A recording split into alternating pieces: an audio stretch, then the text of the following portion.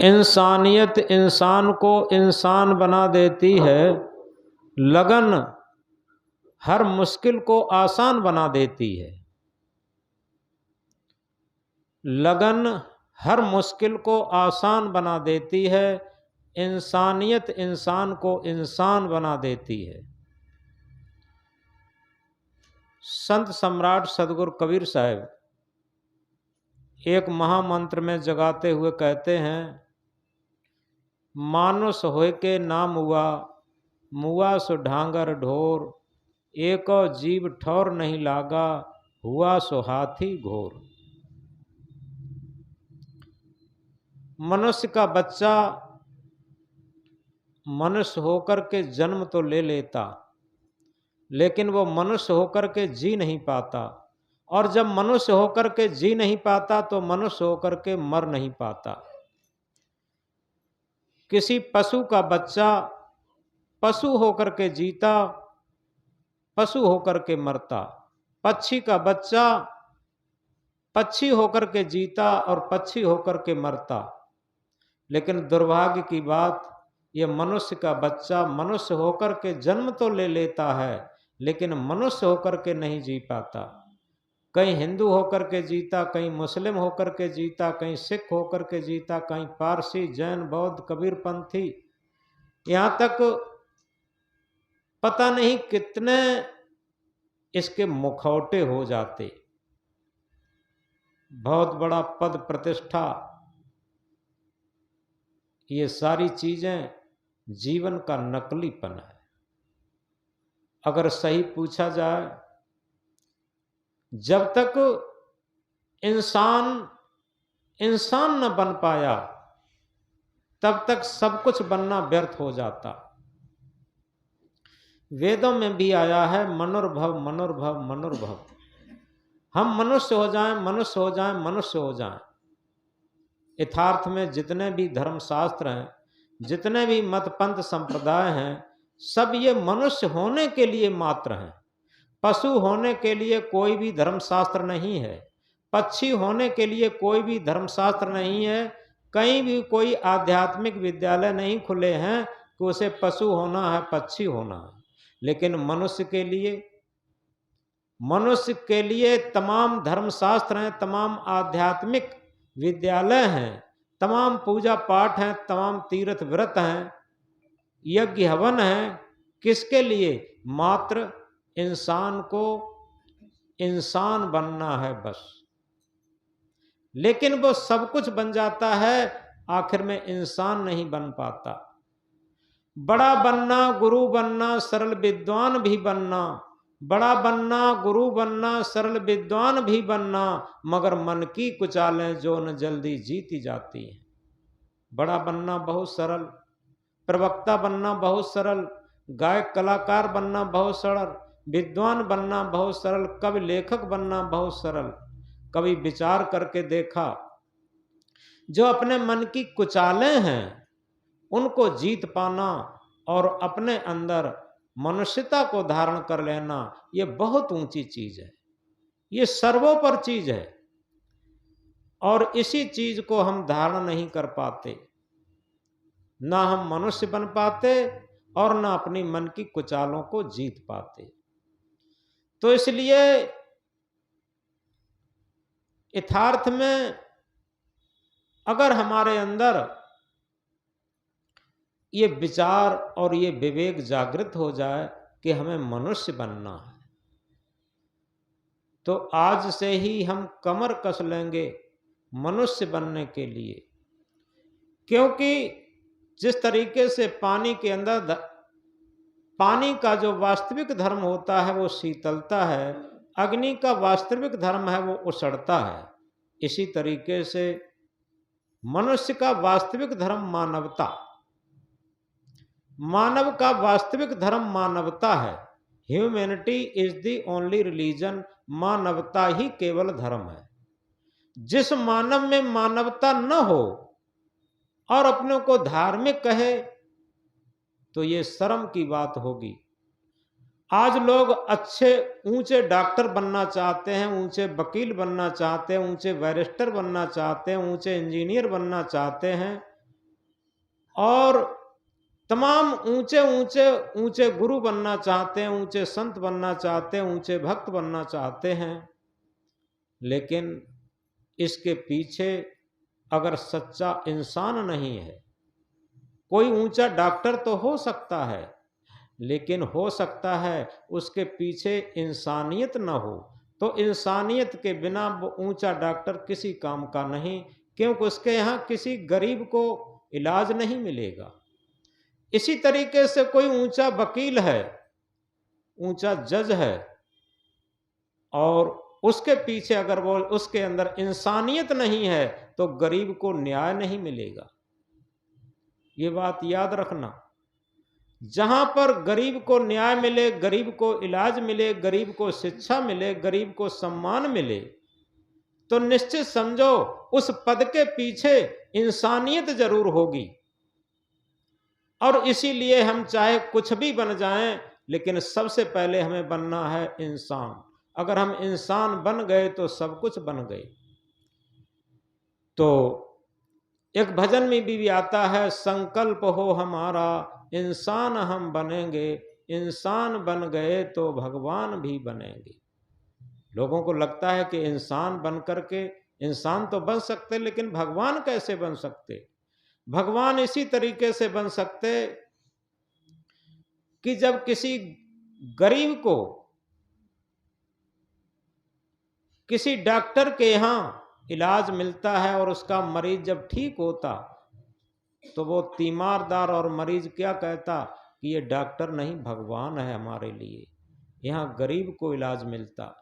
इसी तरीके से कोई वकील है, कोई जज है, कोई बैरिस्टर है, और उसके यहाँ सच्चा जब न्याय एक गरीब को मिलता तो गरीब कहता ये वकील नहीं, बैरिस्टर नहीं, जज नहीं, ये भगवान है।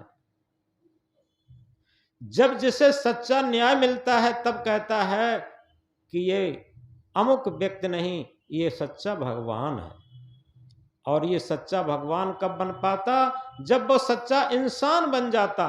कुछ भी बनने से पहले जिन लोगों को आज हम भगवान के नाम से पुकारते हैं, चाहे वो राम हो, कृष्ण हो, बुद्ध हो, महावीर हो, कबीर हो, जिन्हें आज हम भगवान के नाम से पुकारते हैं, उसके पीछे वो सच्चे इंसान थे, इसीलिए उनको भगवान कहा गया। अगर वो सच्चे इंसान न होते तो आज उन्हें हम भगवान नहीं कह पाते, ये निश्चित बात है। तो इसलिए एक पद में कहा है, सतपथ पर चलकर जिस दिन मानवता आएगी, न मजहब काम आएगा, न जाति आएगी। सत्य के पथ पर जिस दिन कोई भी व्यक्ति, कोई भी साधक, कोई भी भक्त चलेगा तो उसके अंदर मानवता जग जाएगी, मानवता प्रस्फुटित हो जाएगी, उसका धर्म उसके अंदर समाहित हो जाएगा। सत पथ पर चलकर जिस दिन मानवता आएगी, न मजहब काम आएगा, न जाति आएगी। ये मजहब, ये संप्रदायवाद आदमी को पार्टीशन में बांट देता, आदमी आदमी के बीच में भेद पैदा कर देता। आप देखें, अगर एक प्रयोग को हम समझें एक उदाहरण द्वारा,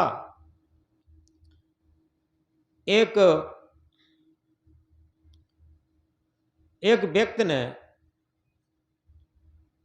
गुरु से प्रश्न किया कि गुरुदेव,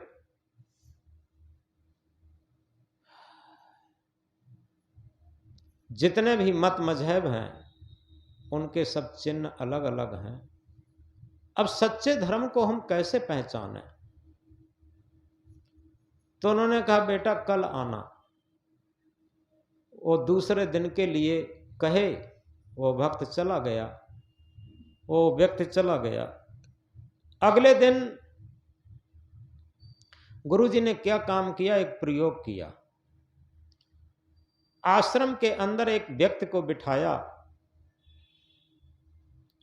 और व्यक्ति को बिठाने के बाद जो भक्त आया उसने कहा, गुरुदेव हम आ गए निर्धारित समय पर, अब हमें बताएं कि हम सच्चे धर्म को कैसे पहचानें। तो गुरुजी ने नाम लेकर के उस व्यक्ति को बुलाया और वो व्यक्ति बाहर आया। जब बाहर आया तो गुरुजी ने कहा, देखो बताओ ये कौन से धर्म का आदमी है। अब वो जो प्रश्नकर्ता व्यक्ति था वो देखता है कि लंबा सा तिलक है और चोटी बड़ी बड़ी है, इससे तो लगता ये हिंदू है। लेकिन इसके हाथ में एक कड़ा भी है और एक कटार भी कमर में बांधे है। हाँ? कटार उसे कहते हैं, छोटी तलवार जैसी होती है। एक कटार भी कमर में बांधे है और हाथ में कड़ा है और सर पर पगड़ी भी है। इससे पता लगता है ये सिख भी है। अब दो बातें आ गई, हिंदू भी है और सिख भी है। और उसकी दाढ़ी बड़ी बड़ी है और मूंछें कटी हुई हैं और इससे लगता है ये मोमडन भी है। तो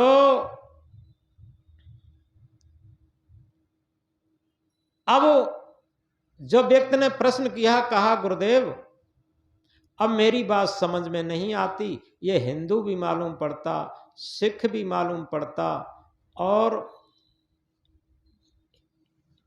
और इसके एक जो धन का निशान होता है जिसे क्रूस कहते हैं, जो ईसाइयों का निशान है, वो भी गले में लटकाए था। तो वो कहता है, जो प्रश्न करता था वो कहता है कि गुरुदेव ये हमें हिंदू भी मालूम पड़ता, ये हमें सिख भी मालूम पड़ता, ये हमें ईसाई भी मालूम पड़ता और मुस्लिम भी मालूम पड़ता। अब मेरी समझ में नहीं आता ये कौन से धर्म का व्यक्ति है।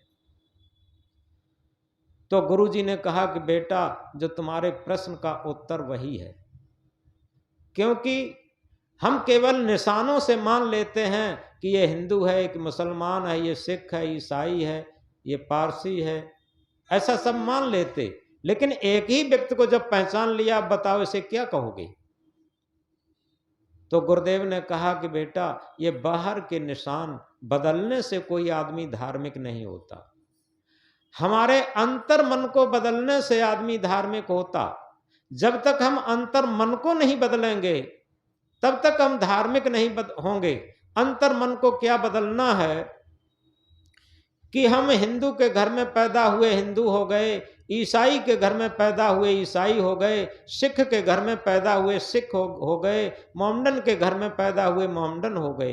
हाय मनुष्य के घर में पैदा होने पर हम मनुष्य नहीं हो पाए। जब हम मनुष्य हो जाएं तब समझो सच्चे धार्मिक हुए, ये गुरुजी ने कहा। तब उस भक्त की बात समझ में आई कि जब तक हम मनुष्य नहीं होंगे तब तक हम धार्मिक नहीं हो सकते।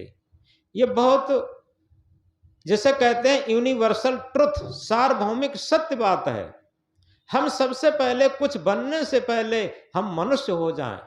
ये बनना नहीं है, ये होना है। क्योंकि बनने में तो देखते हैं कि अभी जो नाटक चला था, राम नाटक, और उसमें क्या क्या बने थे, सीता बने थे, राम बने थे, हनुमान बने थे, जामवंत बने थे, सुग्रीव बने थे, क्या क्या बने थे, ये सब बने थे नहीं, केवल बने थे। इसी तरीके से हम जीवन भर पिता बनते हैं, पुत्र बनते हैं, पत्नी बनते हैं और पति बनते हैं, गुरु बनते हैं, शिष्य बनते हैं, गरीब बनते हैं, अमीर बनते हैं, काले बनते हैं, गोरे बनते हैं, क्या क्या बनते हैं। जीवन भर एक नाटकी ढंग से क्या क्या बनते रहते। कभी बचपन बने थे, कभी बुढ़ापा, यौवन जवान बने, कभी बुढ़ापा अधेड़ बने, कभी बुढ़ापा बने, कभी कुछ बने, कभी कुछ बने। ये सब पूरे जीवन बनते रहे, लेकिन हम क्या हो जाएं, केवल मनुष्य हो जाएं। ये होना है, ये बनना नहीं है। मनुष्य बन नहीं सकता, केवल हो सकता है। और सब कुछ हम बन सकते हैं, हिंदू बन सकते, मुस्लिम बन सकते, सिख बन सकते, ईसाई, पारसी, जैन, बौद्ध, सब कुछ बन सकते, लेकिन हो नहीं सकते। होना सच्चा यही है कि हम मनुष्य हो जाएं। जब हम मनुष्य हो जाते हैं तो क्या होता, हम धार्मिक हो जाते, अन्यथा धर्म नहीं होते। क्योंकि ये कहा है धर्म धर्म तो सब कहें, धर्म न बने दीवार, धर्म सिखाए एकता, धर्म सिखाए प्यार। अगर दुनिया में आप देखें कोई भी मंदिर न होता, कोई भी मस्जिद न होता, कोई भी गिरजाघर न होता, कोई भी गुरुद्वारा न होता, कोई भी पोथी पत्र न होती, तो दुनिया के जिस तरीके से मनुष्य का, जिस तरीके से किसी पशु का बच्चा पैदा हुआ और वो आता है, हम देख लेते हैं ये पशु का बच्चा है, पक्षी का बच्चा आता है तो हम देख लेते हैं पक्षी का बच्चा है, इसी तरीके से मनुष्य का बच्चा आता तो हम देख लेते ये मनुष्य का बच्चा है। ये नहीं देखते कि ये हिंदू का बच्चा है, मोमडन का बच्चा है, सिख ईसाई पारसी का बच्चा है। ये कैसे देख पाते? इसलिए ये सारी दीवारों को ढा देना सच्चा धर्म है। धर्म धर्म तो सब कहें, मजहब धर्म न होए, निर्मल मन का आचरण सत्य धर्म है सो। धर्म धर्म तो सब चिल्ला रहे, लेकिन यथार्थ में सच्चा धर्म है निर्मल मन का आचरण। पवित्र मन का किया हुआ आचरण ही सच्चा धर्म है। आप किसी भी मत मजहब में होइए, किसी भी जात पात में होइए, लेकिन जब तक हम निर्मल मन का आचरण नहीं करेंगे तब तक हम सच्चे धार्मिक नहीं हो सकते। ये निश्चित बात समझ लें। लेकिन होता तो ये है कि सभी मजहब के लोग अपने अपने को बहुत ऊंचा मानते, बहुत बड़ा मानते, कहते हमारा मजहब इतना बड़ा है, कोई कहता हमारा मजहब इतना पुराना है, कोई कहता हमारी पोथी इतनी पुरानी है, इतने बड़े हैं, हमारे गुरु इतने बड़े हैं। और ये बात समझ के एक बात याद आती है, कुआं इतने लोग बैठे हैं, सबने देखा होगा, एक मेंढक एक तालाब से किनारे पर आकर के कूदता हुआ एक कुएं में जाकर गिर पड़ा। किसी तालाब से मेंढक उछला और जमीन पर पहुंचा और कूद कूद करके एक आगे तालाब बहुत कुआं था उसमें गिर पड़ा जाके। जैसे ही कुएं में गिरा, कुएं में एक दूसरा मेंढक था, आते ही उसने मेंढक से पूछा, भाई साहब आप कहां से आ रहे? तालाब के मेंढक ने कहा कि भाई साहब हम बहुत बड़े सागर से आ रहे। कुएं के मेंढक ने कहा कि कितना बड़ा सागर था? कि बहुत बड़ा सागर, क्या बताएं। कुआं का मेंढक क्या करता है, एक छलांग लगाता है कुएं में। उसने कहा तुम्हारा सागर इतना बड़ा होगा। बाहर के मेंढक ने कहा इतना बड़ा नहीं, हमारा सागर बहुत बड़ा था। कुएं वाले मेंढक ने हिम्मत भर के एक और छलांग लगाई, कहा इतना बड़ा होगा तुम्हारा तालाब, बहुत तुम्हारा सागर। तो बाहर के मेंढक ने कहा इतना बड़ा नहीं, बहुत बड़ा हमारा सागर था। कुएं के मेंढक ने एक तीसरी छलांग लगाई बहुत सारी ताकत भर के, और ये कहा कि इतने से बड़ा तुम्हारा सागर कोई हो ही नहीं सकता। तो जो बाहर से तालाब से मेंढक गया था उसने कहा अरे ये कोई तुम्हारी छलांग है, ये आखिर कुआं ही तो है, कुआं में ही तो छलांग लगाई, तुम्हारे कुएं से हमारा सागर कई हजार गुना बड़ा था। अब कुआं का मेंढक बोलता है चल गप्पी कहीं का, हमारे कुएं से बड़ा दुनिया में कोई सागर पैदा ही नहीं हुआ, ये कहा। और उससे कहा चल गप्पी कहीं का। तो इसी तरीके से हम लोगों की स्थिति है। हम लोग अपने अपने मत मजहब को, वो कूप मंडूकता जिसे कहते हैं, एक बात कहते हैं कूप मंडूकतू, तो कूप मंडूक है। कूप मंडूकता यही है कि हम केवल अपनी तारीफ किए चले जा रहे हैं किसी भी क्षेत्र में, और जब अपनी तारीफ कर किए चले जा रहे हैं तो ये कूप मंडूकता है, अपने मत की, अपने मजहब की, अपनी पोथी की, अपनी योग्यता की, अपनी धन की, अपनी मकान की, अपनी सुंदरता की, यानी अपनी योग्यता की, सब चीजों की अपनी ही तारीफ कर देना, ये कूप मंडूकता। तो इसलिए इस कूप मंडूकता से निकल करके हम विशालता की तरफ आए, अनंत की तरफ आए।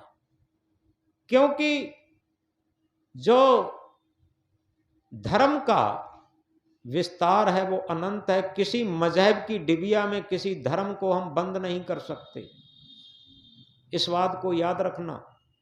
किसी भी मजहब की डिबिया में धर्म को बंद नहीं किया जा सकता। धर्म की इतनी विशालता है, धर्म की इतनी अनंतता है।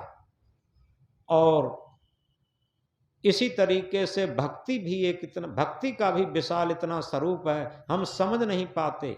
ऊपर से हम नहीं जान सकते कि ये कितना बड़ा भक्त है, ये कितना बड़ा संत है, हम नहीं जान पाते, क्योंकि उसकी विशालता को वही जान सकता। एक जगह कहा है, हंस की चाल हंस पहचाने, क्या जाने बन का कागा, और संत की चाल संत पहचाने, क्या जाने नरमूढ़ अभागा। यथार्थ में हंस की चाल को बन का कौआ नहीं जान सकता, उसे क्या जान सकता, क्योंकि हंस मोती चुंगता है। और सबसे बड़ी विशेषता होती है दूध और पानी को अलग अलग कर लेता। बताते हैं हंस की चोंच में एक ग्रंथि होती है, जैसे ही दूध में वो अपनी चोंच डालता है, दूध अलग हो जाता, पानी अलग हो जाता। दूध को वो खा लेता चोंच से और पानी को छोड़ देता। अब इस बात को कौवे के आगे अगर दूध रख दो तो वो ऐसा कर नहीं सकता। और इसीलिए कहा हंस की चाल हंस पहचाने, क्या जाने बन का कागा, और संत की चाल संत पहचाने, क्या जाने नरमूढ़ अभागा। यथार्थ में संत की चाल को संत ही पहचान सकता। संत इस ड्रेस को नहीं कहते, इस बात को और भूल जाना। एक दिन यहां इसी मैनपुरी के एक भक्त आ गए थे, तो सुबह सुबह टहलते हुए आ गए। बातचीत थोड़ी होने लगी कि महाराज हम तो केवल भेष की पूजा करते हैं, हमें कोई मतलब नहीं किसी बात से। तो हमने कहा कि भेष के पूजा के साथ साथ भेद की भी पूजा है। कि कैसी? हमने कहा जैसे हम ही अपनी ड्रेस को उतार के अलग रखे देते हैं, क्या इस भेष को पूजोगे? या किसी की वेशभूषा को उतार के अलग रख दिया जाए, उस भेष की पूजा होगी? सदगुरु कबीर साहब क्या कहते हैं? भेष बराबर भेष है, भेद बराबर नाय, तौल बराबर घूंघची, मोल बराबर ना। भेष के बराबर सब भेष होते, लगता है कि सब बराबर, लेकिन भेद बराबर नहीं होता, रहनी गहनी बराबर नहीं होती, और उनकी जो स्थिति होती है वो बराबर नहीं होती। मन की स्थिति अलग अलग होती है, कोई स्वार्थ की स्थिति में है, कोई लोभ की स्थिति में है, कोई मोह की स्थिति में है, और कोई स्वरूप स्थिति में है, आत्म स्थिति में है, सत्य स्थिति में है, धर्म स्थिति में है। ये कैसे हो सकती? भेष बराबर भेष है, भेद बराबर ना है, तौल बराबर घूंघची और मोल बराबर ना है। जैसे घूंघची से सोना तौला जाता और घूंघची भर सोना की बहुत कीमत होती और घूंघची की कोई कीमत नहीं।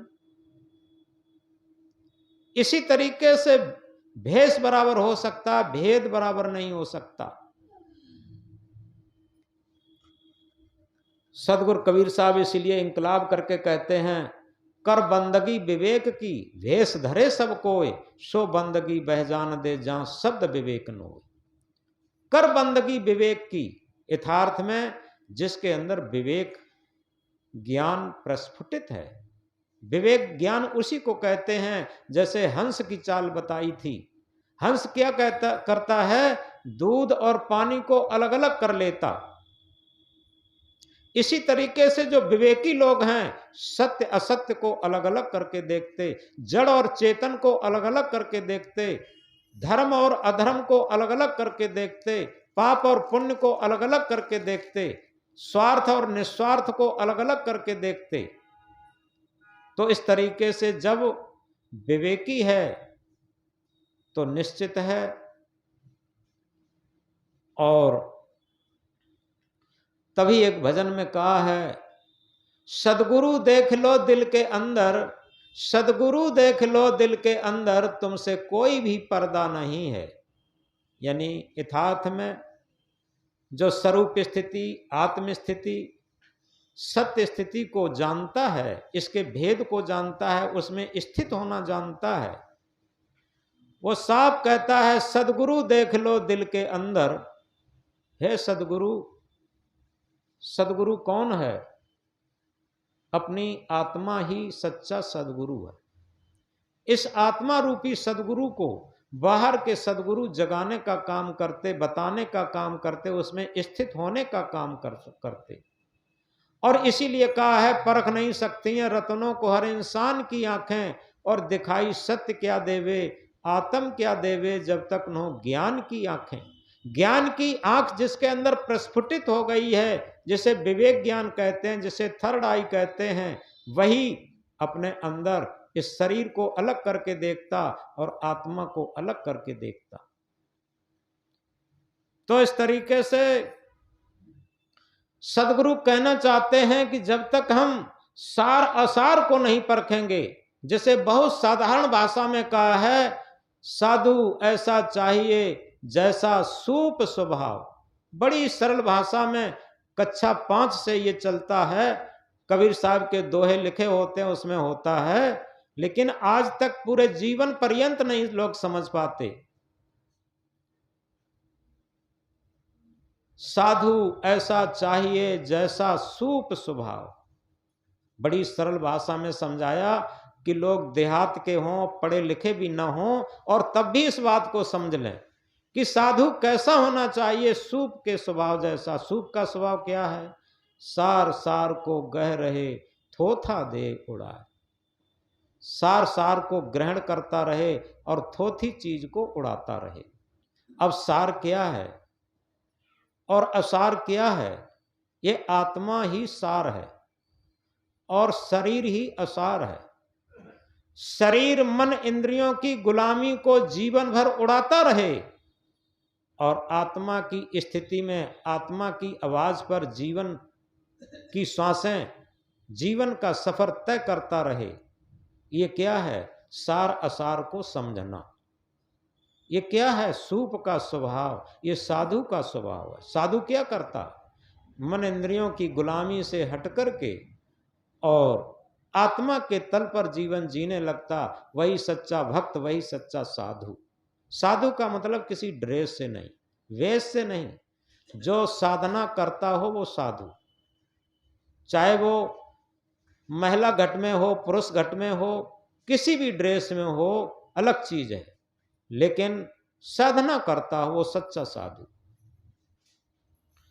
तो सदगुरु कबीर साहब ये महामंत्र कह करके एक अनपढ़ से अनपढ़, कमजोर से कमजोर सबको समझाना चाहते हैं कि साधु ऐसा चाहिए जैसा सूप स्वभाव, सार सार को गह रहे, थोथा दे उड़ाए।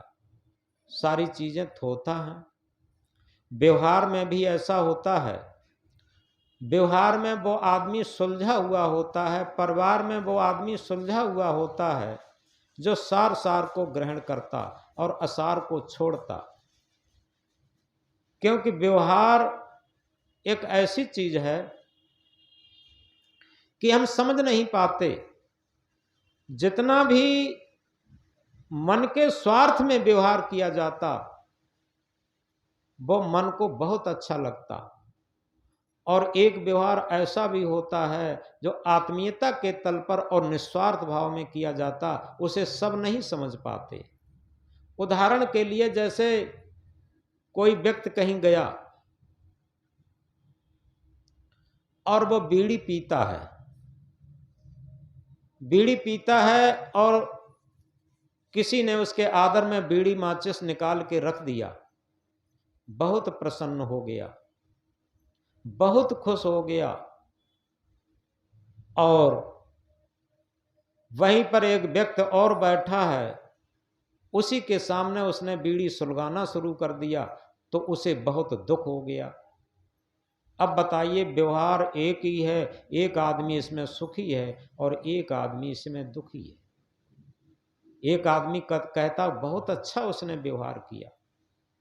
एक आदमी किसी के घर में गया और उसने शराब का पाउच और गिलास पानी रख दिया, इतना खुश हो गया, इतना खुश हो गया, अंदर से थिरकने लगा। और एक दूसरा व्यक्ति वहां बैठा है, उसके सामने शराब का पाउच आते ही वो घबराने लगा वहां से जाना। वो सोचता है कि यहां से कब निकलूं, कब भागूं, कब यहां से जाने का मौका हो। देखो, एक ही व्यवहार में एक कितना दुखी है, एक कितना सुखी है। बस नमस्ते नमस्ते।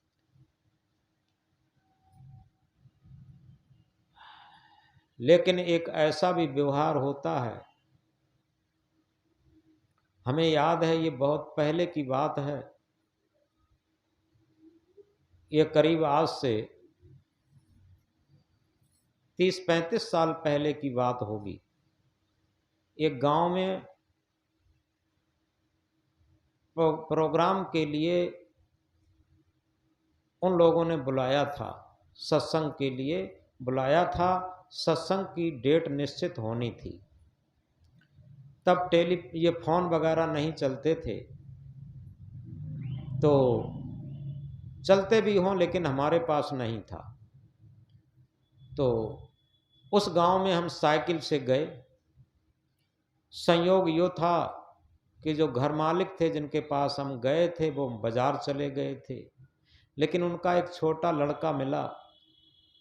शायद ये लड़का बैठा इससे थोड़ा बड़ा होगा, थोड़ा ही बड़ा होगा। वो लड़का मिला, एकदम उसने चारपाई बिछाई और दरी बिछा दी और बिठाया और पैर छुए और ये कहा, गुरुजी आप पानी सादा पीते हैं या उसमें चीनी डाल के शरबत भी पी लेते? हमने कहा, बेटा सादा ही पीते हैं। तो वो तुरंत नल का ताज़ा पानी सादा लाके पिलाता है और इसके बाद अपने मम्मी से कहता है जाकर, गुरुजी आए हैं। और इसके बाद एक गिलास दूध लाता है। इससे पहले पूछने आया कि गुरुजी आप दूध में चीनी डाल के पीते हैं कि मतलब सीटा पीते हैं? तो हमने कहा, बेटा चीनी मत डालना, वैसा ही पी लेते। तो उसने एक गिलास लाके वैसा मुझे दिया और इसके बाद कहा कि गुरुजी अभी थोड़ी देर में मम्मी भोजन तैयार करती हैं। हमने कहा, बेटा भोजन तो हम करके आए हैं, भोजन नहीं करना है, तुम्हारे पापा कहाँ गए हैं? तो उसने कहा, गुरुजी वो बाजार गए हैं और वो थोड़ी देर में आ जाएंगे। तो उसने कहा, गुरुजी हम जाने नहीं देंगे किसी कीमत पर जब तक पापा नहीं आ जाएंगे। तो ये सारी बातें, ये सारा व्यवहार उस लड़के का आज भी हमें याद है। और उसी तरीके के व्यवहार एक लड़की करती है। एक मां ने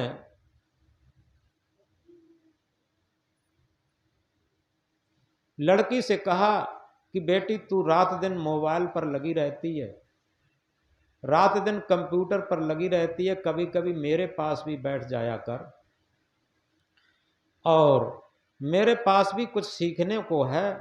बेटी कहती है, माँ तुम पुराने ज़माने की और कक्षा 8 पास हो और हम आज की पढ़ी लिखी एजुकेटेड लड़की हूँ और कंप्यूटर का ज़माना है, विज्ञान का ज़माना है, मोबाइल का ज़माना है, आप आज की पढ़ाई लिखाई में क्या जानो और आपसे हम क्या सीख सकती? ये कहा।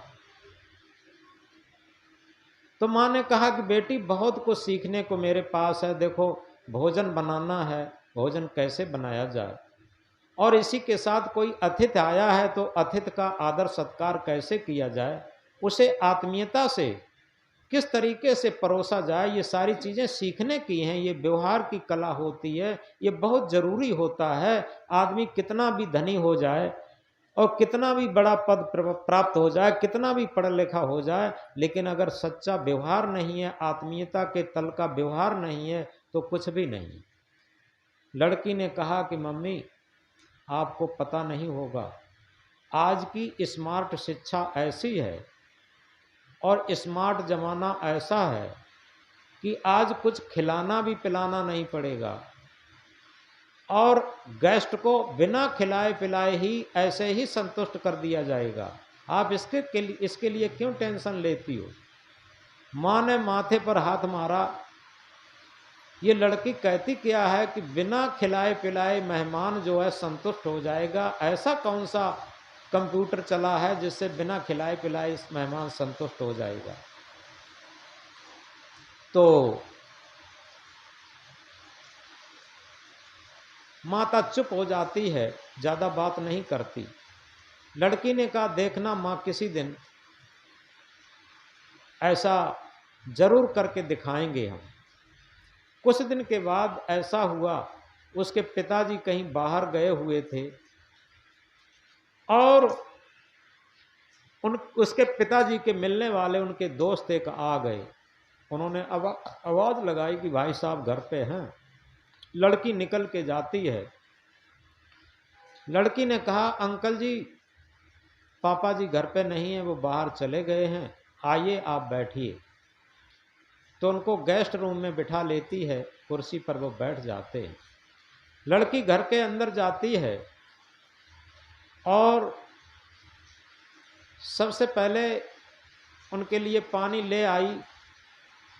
तो उन्होंने कहा, बेटी अभी थोड़ा सर्दी का मौसम है, पानी आनी अभी नहीं पिएंगे। तो इसके बाद वो घर में जाती है और कहती है, अंकल जी ये बताओ, आप क्या चाय पीते हैं या दूध पीते हैं? तो उन मासा जी ने जानते थे इनके घर में एक गाय रहती है, तो उन्होंने कहा, बेटी चाय वाय के चक्कर छोड़ो, थोड़ा दूध ले आना, बस हम चलेंगे, जब भाई साहब होंगे तब आएंगे।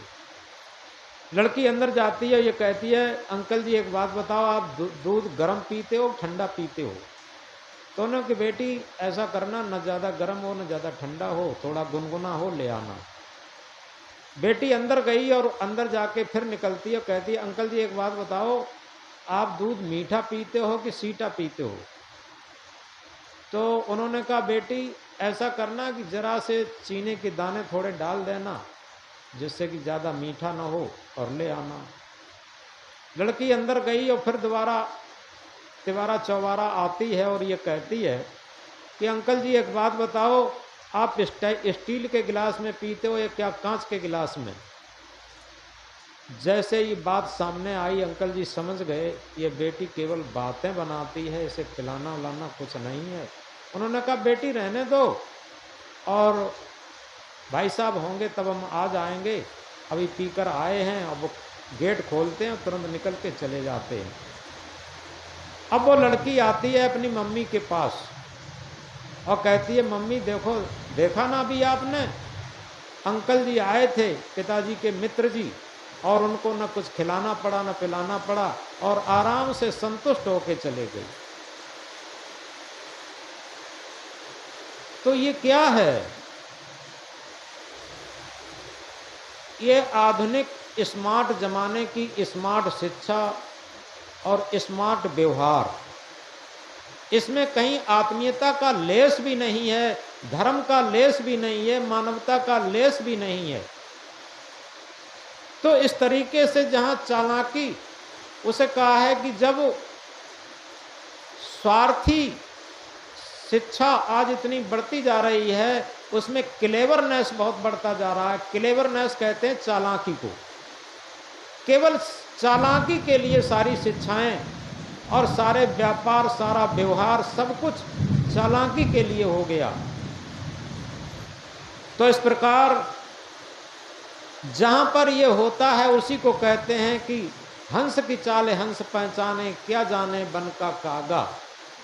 और संत की चाल संत पहचाने, क्या जाने नरमूढ़ अभागा। यथार्थ में भक्त को और संत को भक्त और संत ही पहचान सकते। जितने लोग भक्त हुए उनके जीवन को तो देखिए कितना सहज और सरल थे। अगर उनके जीवन को याद करते हैं तो बहुत ताज्जुब होता। मीरा के जीवन को देखिए। जो जूता टाँकने वाले रविदास जी थे, वर्तमान में भी जूता टाँक करके गुजर करते थे, किसी के से एक पैसा नहीं लेते थे। और ऐसे जूता टाँकने वाले रविदास महाराज को गुरु बनाती है, जो राजस्थान के छत्राणी परिवार की, राणा परिवार की थी राजरानी। और वो राजरानी ऐसे गुरु को, आध्यात्मिक गुरु को बनाती है। क्या उसने उनको गुरु पहचाना था? सब नहीं पहचानते। सब तो कहीं जात पहचानते हैं, कहीं मत मजहब पहचानते हैं, कहीं ये पहचानते हैं ये तो गुरु बहुत गरीब हैं, साइकिल पर चलते हैं, ये क्या गुरु होंगे। यानी आज हेलीकॉप्टर पर चलने वाले गुरु हो। तो इस तरीके से इस बात को हम गहराई से समझें, क्योंकि मनुष्य बनने के लिए हमें हृदय के तराजू पर अपने जीवन को तौलना पड़ेगा। जब हृदय के तराजू पर अपना जीवन तुल जाता है तो हमारे अंदर मनुष्यता अपने आप आ जाती, मानवता अपने आप आ जाती, धर्म अपने आप आ जाता, भक्ति अपने आप आ जाती। ये निश्चित है, हमारे व्यवहार पर आधारित है कि हम कैसे भक्त हैं, कैसे संत हैं, कैसे साधु हैं, कैसे मनुष्य हैं। ये हमारे व्यवहार पर आधारित होता है, क्योंकि व्यवहार से सारी चीजें परिलक्षित होने लगती।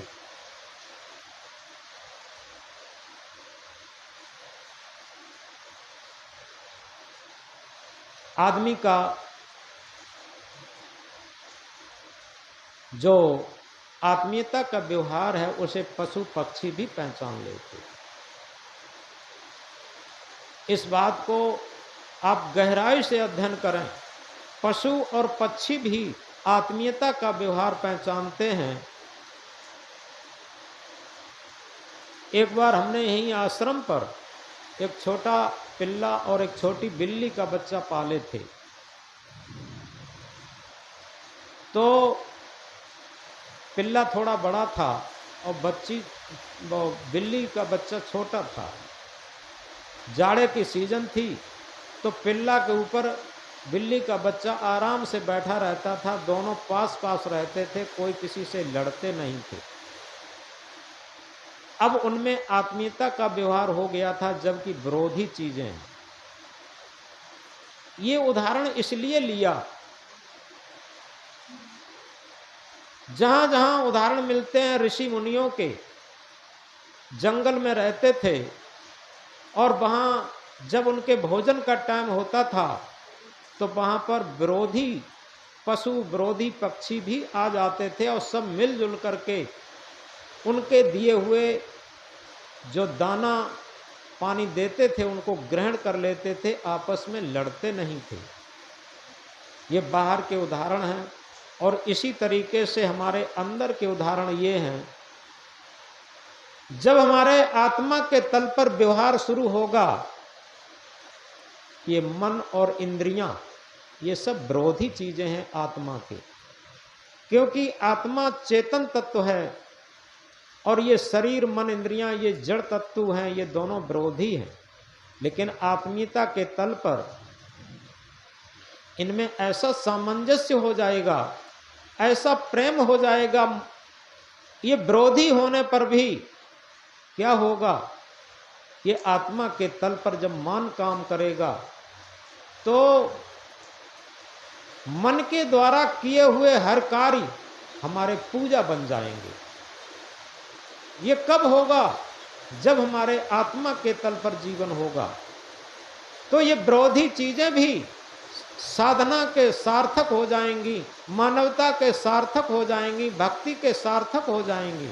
और यही जिन महापुरुषों को, जिन भक्तों को हम जानते हैं आप विचार करके देखें, उनका यही तो जीवन रहा।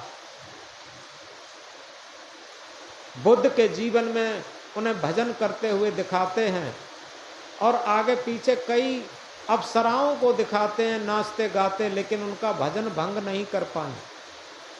ये बाहर की अप्सराएं नहीं, अप्सराएं सब अंदर होती हैं, मन में सब होती हैं, ये कोई भी फर्क नहीं डाल सकती। कब? जब हम अटल हों अपने पथ पर। ये कहा है, अटल रहा जो अपने पथ में लाख मुसीबत आने में, अटल रहा जो अपने पथ में लाख मुसीबत आने में, मिली सफलता उसको जग में जीने और मर जाने में। जो अपने पथ में अटल रहता उसी को सफलता मिलती। मैं सच्चे पथ का राही हूं, कह सकता दिन को रात नहीं, ईमान बेच दूं टुकड़ों में, ये मेरे बस की बात नहीं। यथार्थ में जो आत्मा के तल पर जीवन जीता है उसका जीवन स्वार्थी नहीं होता, उसका जीवन मन की और इंद्रियों की गुलामी में नहीं होता, उसका जीवन मनुष्यता से भरा होता है। जैसे मैथिली शरणगुप्त ने कहा, वही मनुष्य है जो कि मनुष्य के लिए मरे, वही मनुष्य है जो कि मनुष्य के लिए मरे, यह पशु प्रवृत्ति है जो कि आप ही चरे।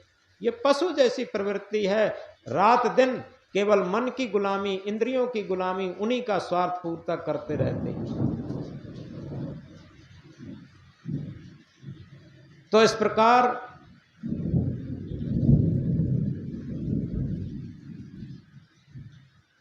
हम कह रहे थे, सदगुरु कबीर साहब का एक महामंत्र, मानुष होए के ना मुआ, मुआ सो ढांगर ढो, एक और जीव ठौर नहीं लागा, हुआ सो हाथी घो। यानी हम मनुष्य होकर के जन्म तो लिए, लेकिन मनुष्य होकर के जी नहीं पाए। जब मनुष्य होकर के जी नहीं पाए तो मनुष्य होकर के मर नहीं पाए। जब मनुष्य होकर के मर नहीं पाए, पशु पक्षी होकर के मरे हैं, तो निश्चित है हुआ सो ढांगर ढोर। 84 लाख योनियों में जाकर के और पशु पक्षी योनियों में, क्रम कीटाद योनियों में भ्रमण करना पड़ेगा। एक और जीव ठौर नहीं लागा, हुआ सो हाथी घोर। मनुष्य जीवन में आने के बाद इतनी स्वार्थपरता बढ़ गई, इतनी लोलुपता बढ़ गई, इतना अहंकार बढ़ गया, जिसके कारण हाथी घोड़ यानी हाथी घोड़ा पशु योनि में जाना पड़ा।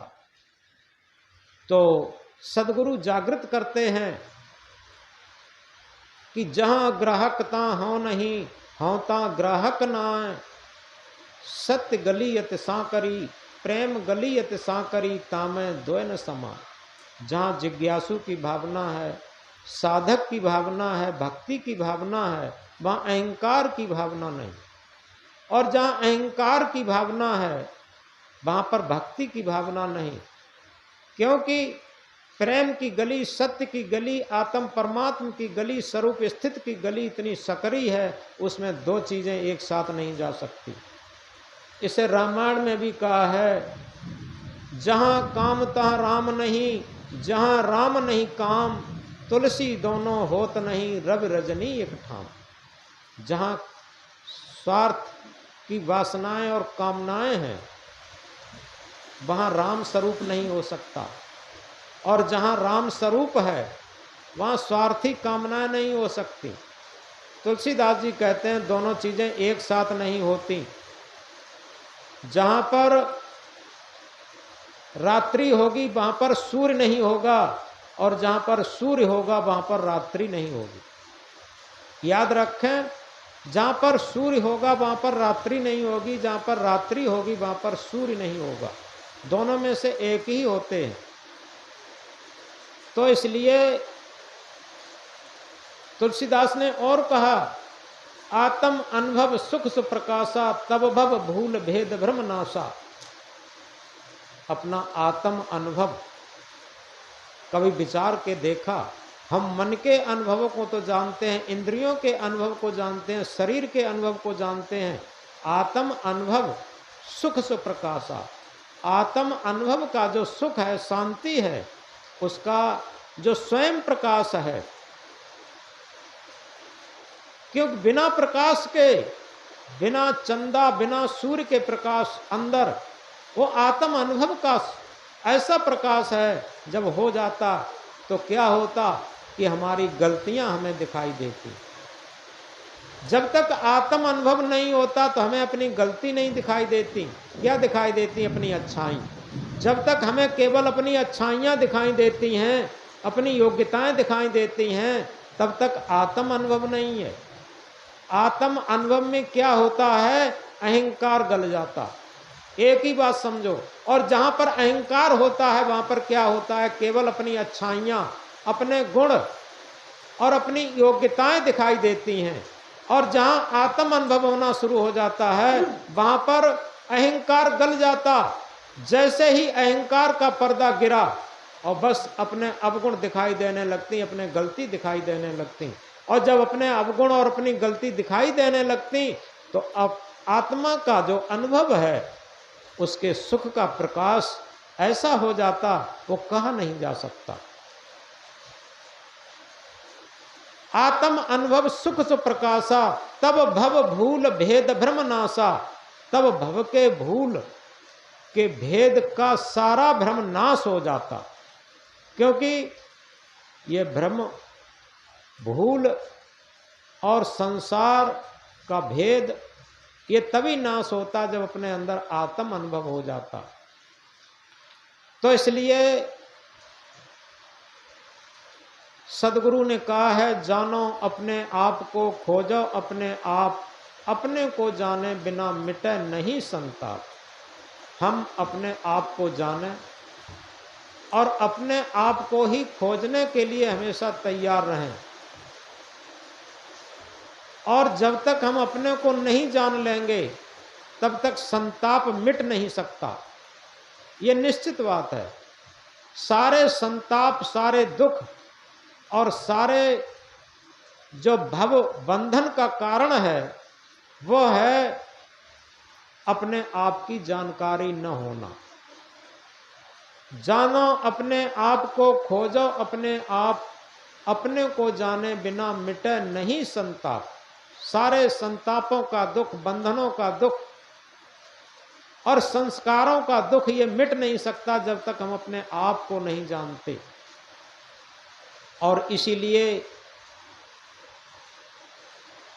उस दिन भी कहा था, पिछले दिन हमने धन की उन्नति की, पद की उन्नति की, मकान महल की उन्नति की, परिवार की उन्नति की, घोड़ा गाड़ी वाहन की उन्नति की, लेकिन क्या जीवन की भी उन्नति करने की सोची? जिस दिन हमारा जीवन उन्नतमय होने लगेगा, और वो तभी होगा जब हमारा अहंकार गलेगा। पानी बरस ही रहा है, अहंकार गलने का एक छोटी सी बात कह रहा हूं, उसे थोड़ा आगे बढ़ाने की कोशिश कर रहे हैं कि अहंकार जब गलता है तो क्या स्थिति होती। आप लोगों ने जनक और अष्टावक्र का संवाद सुना होगा। राजा जनक राजमहल में सोने के पलंग पर लेटे हुए थे। उन्हें सपना हुआ और सपने में वो भिखारी बन गए, भिक्षुक बन गए, और भिक्षुक बनकर के दर दर की भिक्षा मांगने लगे। माताओं ने कुछ दाल चावल दे दिया। वो दाल चावल लेकर एक कुमार के यहाँ से हड़िया लेकर के जंगल में चूल्हा बना करके और खिचड़ी पकाने लगे। जब खिचड़ी पकाने लगे, अब वहाँ कोई बर्तन तो था नहीं, केले के पत्तों में, बड़े बड़े पत्तों में खिचड़ी को परोस दिया ठंडी करने के लिए। उन्हें बड़ी तेज से भूख लगी थी, ठंडी हो जाए खिचड़ी को खा लें। तब तक क्या होता है, जंगली भैंसे आए लड़ते हुए, खिचड़ी को रौंदा और राजा जनक को रौंदा। उस घबराहट में वो राजा जनक जाग गए। अब जागते हैं तो क्या देखते हैं कि राजमहल में सोने के पलंग पर लेटे हुए हैं।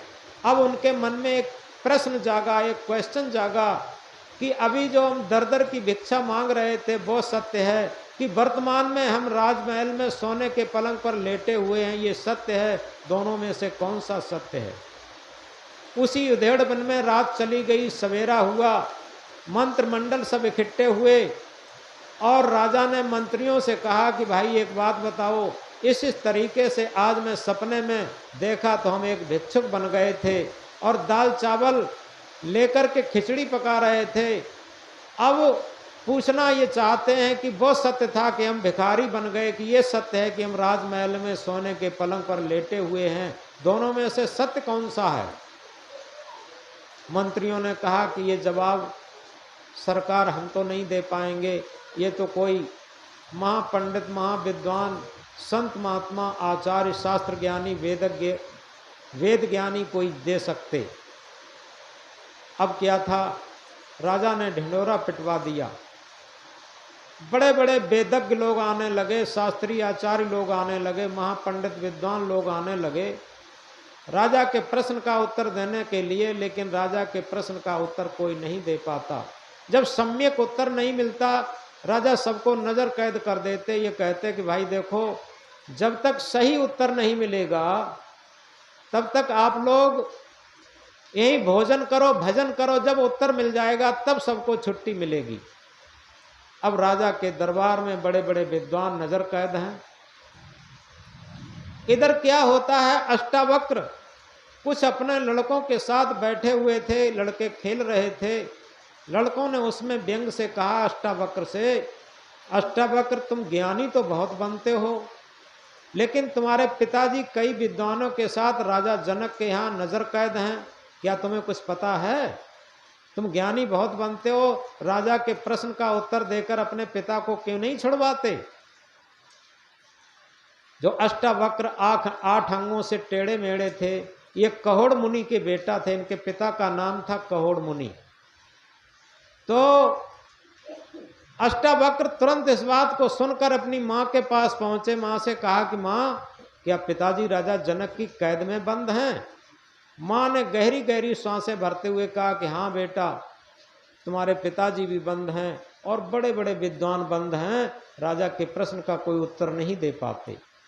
अष्टावक्र ने हठ किया कि माँ शीघ्र ही आज्ञा दो और मैं राजा जनक के प्रश्न का उत्तर देकर पिता सहित सारे विद्वानों को नजर कैद से छुड़वाऊंगा। माँ ने समझाया, बेटा बड़े बड़े महापंडित विद्वान वेदज्ञ लोग वहां फंसे हैं और तुम क्या उत्तर दे पाओगे, तुम भी फंस जाओगे, हम अकेली रह जाऊंगी। लेकिन अष्टावक्र ने हट किया, माँ को आज्ञा देनी पड़ी।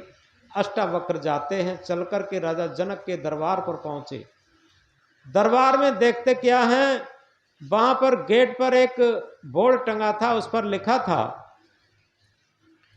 कि जो एक वेद का ज्ञाता हो एक आवाज लगाए, 2 वेद का ज्ञाता हो 2 आवाज लगाए, और जितने वेद और जितने शास्त्रों का ज्ञाता हो उतनी आवाज लगाए। लेकिन अष्टावक्र जाते हैं तो क्या करते हैं, उन्होंने चोब उठाई और नगाड़े में सैकड़ों आवाज लगा दी। एक तो 8 अंगों से टेढ़े मेढ़े बदसूरत, और वो सैकड़ों आवाज लगाई। लोगों ने समझा ये कोई पगला आ गया, अरे कितने शास्त्र कौन पढ़ता। लेकिन राजा की आज्ञा हुई, सिपाही लोग आए, जिसने आवाज लगाई उसे यहाँ लिवा के लाओ आदर के सहित। सिपाही लोग आए, अष्टावक्र को आदर के साथ लिवा गए। तो ले जाते समय बीच में विद्वान लोग बैठे थे। जैसे ही अष्टावक्र को देखा सब लोग हंसने लगे। अष्टावक्र को देख के, जब अष्टावक्र को देख करके सब हंसने लगे, अष्टावक्र क्या करते हैं, वो खींचे नहीं, वो खिलखिला के हंस पड़े। अष्टावक्र जब खिलखिला के हंस पड़े तो शास्त्र ज्ञानी लोग खींच गए। वो कहते हैं, अष्टावक्र एक तो तुम 8 अंगों से टेढ़े मेढ़े बदसूरत काले कलूटे, और दूसरे तुम हम लोगों को देखकर हंस रहे, तुम्हें शर्म नहीं आती? अष्टावक्र ने कहा, भाई विद्वान लोग, महाराज लोग हो, पंडित लोग हो, पहले विचार करो, हम तो बाद में हंसे हैं, पहले तो आप लोग हंसे हो। अरे आप लोग बताओ कि कैसे हंसे, तब हम बताएं कि हम कैसे हंसे। तो विद्वान लोगों ने कहा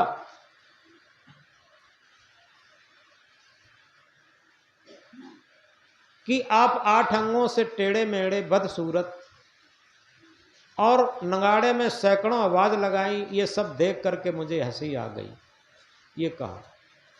विद्वान लोगों ने अष्टावक्र से पूछा, अब अष्टावक्र तुम बताओ कैसे हंसे।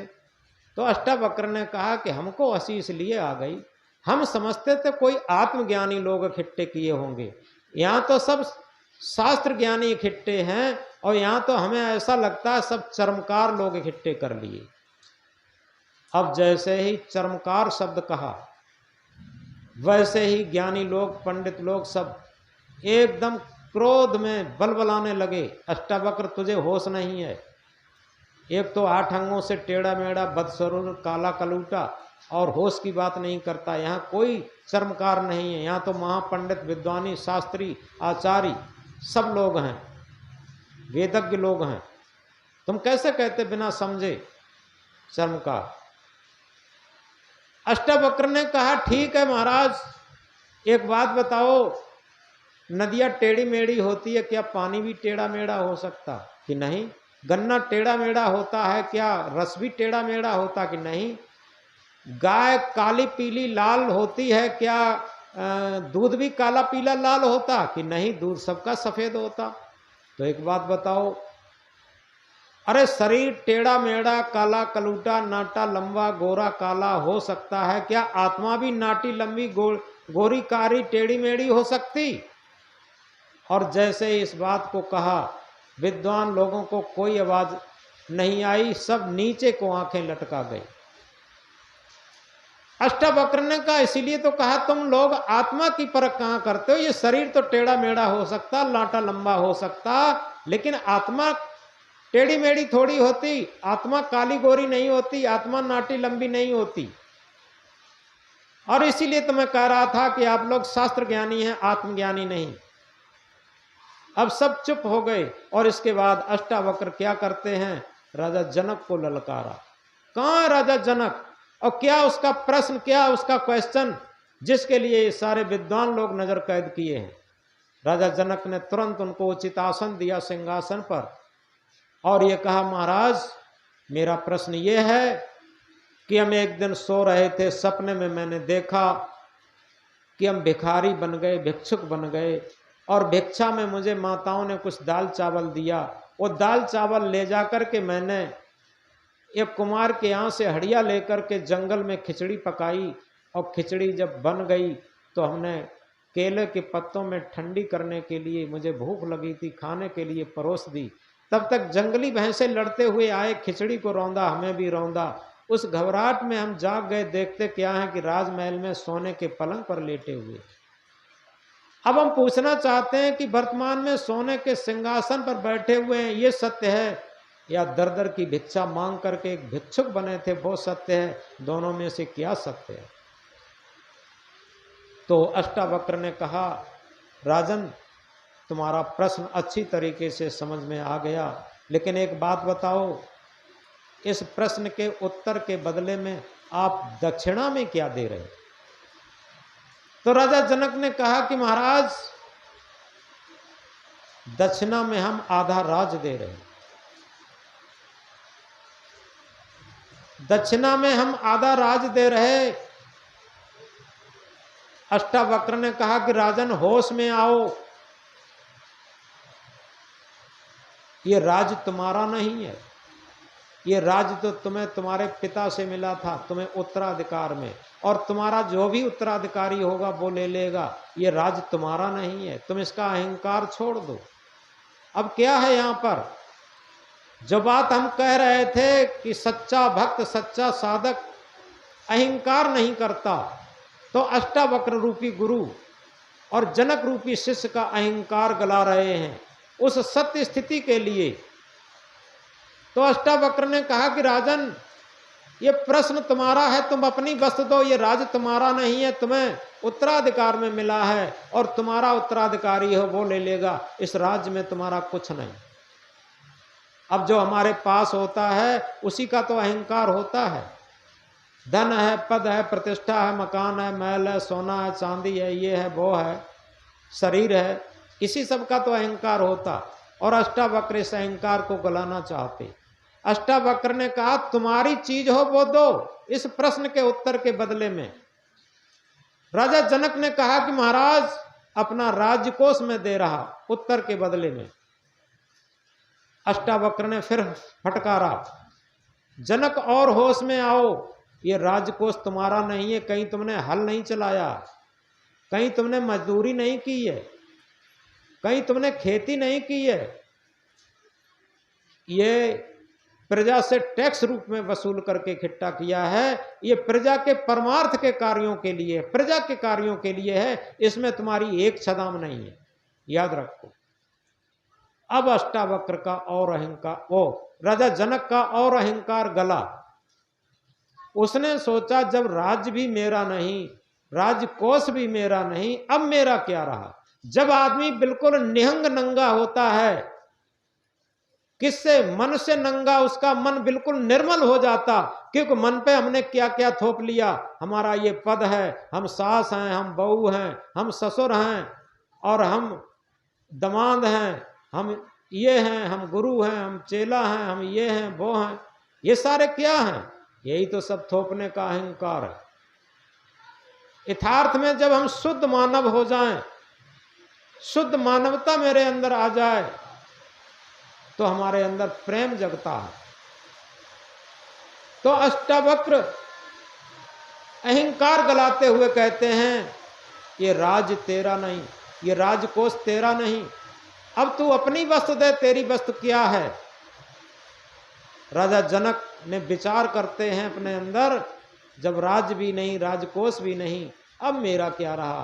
अहंकार बिल्कुल गल चुका है, और कहते हैं कि गुरुदेव, अब गुरुदेव कहने लगे, गुरुदेव अब मेरे पास क्या रहा, मात्र मेरा शरीर रहा, शरीर आपके चरणों में मैं अर्पण कर रहा हूं। अष्टावक्र फिर जनक को जगाते हैं और कहते हैं कि राजा और होश में आ, ये शरीर भी तेरा नहीं, इस शरीर में एक परमाणु भी तेरा नहीं। ये शिशुपन में था, किशोरावस्था में थे, कितनी चमक थी इस शरीर में, किशोरावस्था के बाद जवानी आई, जवानी में कितनी शक्ति थी, और जवानी के बाद अधेड़ अवस्था, और अधेड़ के बाद बुढ़ापा।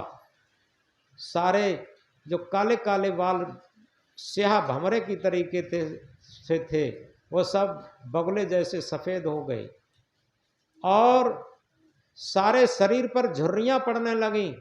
जो जब हंसते थे दांत मोती जैसे चमकते थे, खिल खिल करके हंसते थे, वो सारे दांत हिल हिल करके निकल गए। अब दांत निकलने से मुंह फफोला हो गया, और सारे शरीर की हड्डी पसली दिखने लगी, अनस्वाहता हो गया। जिस शरीर की सुंदरता को देख करके लोग हटने का मन नहीं करते थे, उसी शरीर के साथ लोग बैठना नहीं चाहते, दूर दूर करने लगे। आखिर इस शरीर में तेरा एक परमाणु होता, इसे कंट्रोल करके तो देख, कुछ दिनों में ये शरीर तेरा छूट जाएगा, इसमें तेरा एक परमाणु नहीं है, तू कहता मेरा शरीर है। ये प्रकृति का है, 5 तत्वों का है। अब राजा जनक का जो भी थोड़ा बहुत आंशिक अहंकार रहा होगा, वो भी गल गया, और बड़ी विनम्रता में बोला, गुरुदेव जब राज भी मेरा नहीं, राजकोष भी मेरा नहीं, और शरीर भी मेरा नहीं, अब मेरे पास कुछ भी नहीं बचा, केवल मेरा मन बचा है बस। और मन आपके श्री चरणों में मैं अर्पण कर रहा। और जैसे ही मन अर्पण किया, जगा जनक को बोध। हम जब भी सत्य ज्ञान के जिज्ञास हों, सदगुरु के ज्ञान के जिज्ञास हों, तब धन पैसा कपड़ा लित्ता नहीं। धन पैसा कपड़ा लित्ता हरण करने वाले तो स्वार्थी लोग होते हैं।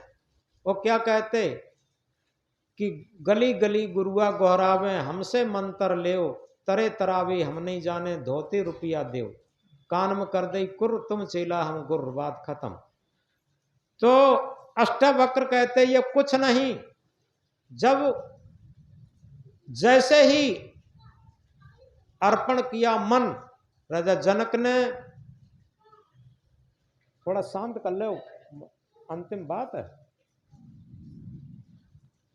बोलो सदगुरुदेव की।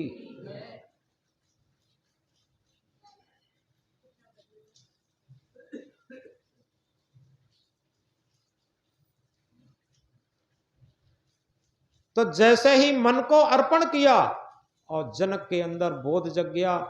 जनक ने अपना मस्तक अष्टावक्र के चरणों में रख दिया और अष्टावक्र ने वरदहस्त जनक के सर पर रख दिया। जनक को बोध जगा, जिसे कहते हैं आत्म बोध, और आत्म बोध के साथ ही जनक ने प्रयोग रूप में आत्म बोध और दे दिया। उन्होंने कहा कि जनक, अभी तुम पूछ रहे थे कि हम सोने के पलंग पर लेटे हुए हैं राजभवन में, ये सत्य है, या दर दर की भिक्षा मांग रहे थे, माताओं से दाल चावल खिचड़ी पका रहे थे, वो सत्य है, दोनों में से कौन सा सत्य है? अब अपने प्रश्न का उत्तर समझो। यह उत्तर कब समझाया? जब राजा जनक का सारा अहंकार गल गया तब।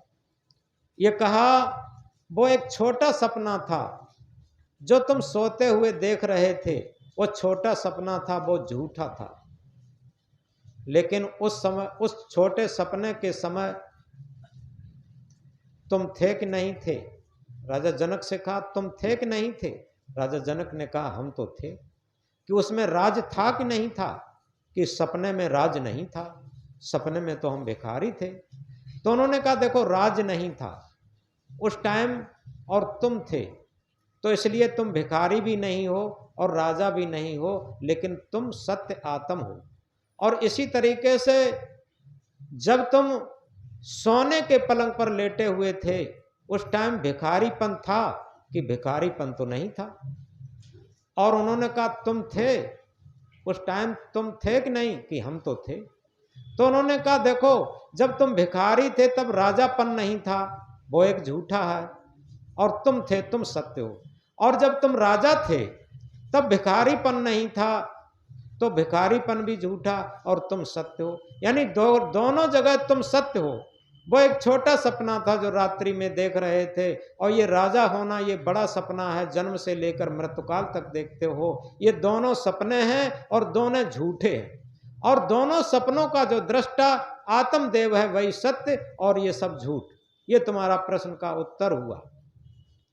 तो इस तरीके से यथार्थ में ये अष्टावक्र रूपी गुरु ने जनक रूपी शिष्य को ये आत्म बोध दिया। तो इस तरीके से जहाँ पर आत्म बोध होता है, आत्म ज्ञान होता है, वहाँ सारी पोथियों का ज्ञान फेल हो जाता। क्योंकि सदगुरु कबीर साहब ने कहा कि पोथी पढ़ पढ़ जग मुआ, पंडित भया न कोय, ढाई आखर प्रेम का पढ़े सु पंडित हो। ढाई आखर क्या है? सत्य। और सत्य को पढ़ना क्या है? जो इस पूरे प्रवचन में यही रहा कि आत्मा के तल पर व्यवहार करना, आत्मा के तल पर न्याय करना, ये सत्य को पढ़ना है। तो इस तरीके से जब चाहे हम परिवार में हों, चाहे समाज में हों, चाहे आश्रम में हों, अगर आत्मा के तल पर हम व्यवहार करते हैं तो निश्चित है कि हम एक धार्मिक हैं, एक भक्त हैं, एक साधक हैं, एक साधु हैं। और मन के स्वार्थ में व्यवहार करते हैं तो समझो हम संसारी हैं। साधक, साधु, भक्त और संसारी की यही परिभाषा है। परिभाषा कोई ड्रेस और वेश नहीं है। परिभाषा कि हमारा जीवन आत्मा के तल पर चल रहा है या मन के तल पर चल रहा है, स्वार्थ के तल पर चल रहा है। तो इसलिए आज सदगुरु कबीर साहब के महामंत्र पर थोड़ा निवेदन किया। क्या मानुष होय के नाम हुआ, मुआ सो ढांगर ढोर, एको जीव ठौर नहीं लागा, हुआ सो हाथी घोर। यानी मनुष्य होकर के नहीं मरे, और जब मनुष्य होकर के नहीं मरते तो निश्चित है कि हमें हाथी घोड़ा होकर के पशु योनियों में जाकर के हमें अपना करना पड़ेगा। जिंदगी जीना इतना आसान नहीं होता, जिंदगी जीना इतना आसान नहीं होता, बिना संघर्ष के कोई महान नहीं होता। जिंदगी जीना इतना आसान नहीं होता, बिना संघर्ष के कोई महान नहीं होता। जब तक पड़ती न हथौड़े की गहरी चोट, तब तक कोई पत्थर भगवान नहीं बनता। याद रखें। तो इस तरीके से हम ये न घबराएं कि हमें कोई कठिनाई, संघर्ष, यथार्थ में अगर सही पूछा जाए डिफिकल्टीज मेक्स मैन, कठिनाइयाँ आदमी को बनाती हैं। अभी एक भजन में आया था, कभी दुख है कभी सुख है, इसी का नाम जीवन है। कभी दुख है कभी सुख है, इसी का नाम जीवन है। तो कठिनाइयाँ आदमी को बनाती हैं। वो पथ क्या पथिक सफलता क्या, जिस पथ में बिखरे सूल न हो, उस नाविक की धैर्य परीक्षा क्या, यदि धाराएं प्रतिकूल न हो। सुरखरू होता है इंसान ठोकरें खाने के बाद, सुरखरू होता है इंसान ठोकरें खाने के बाद, हिना रंग लाती है पत्थर पे घिसने के बाद। बोलो सदगुरु कबीर साहब की।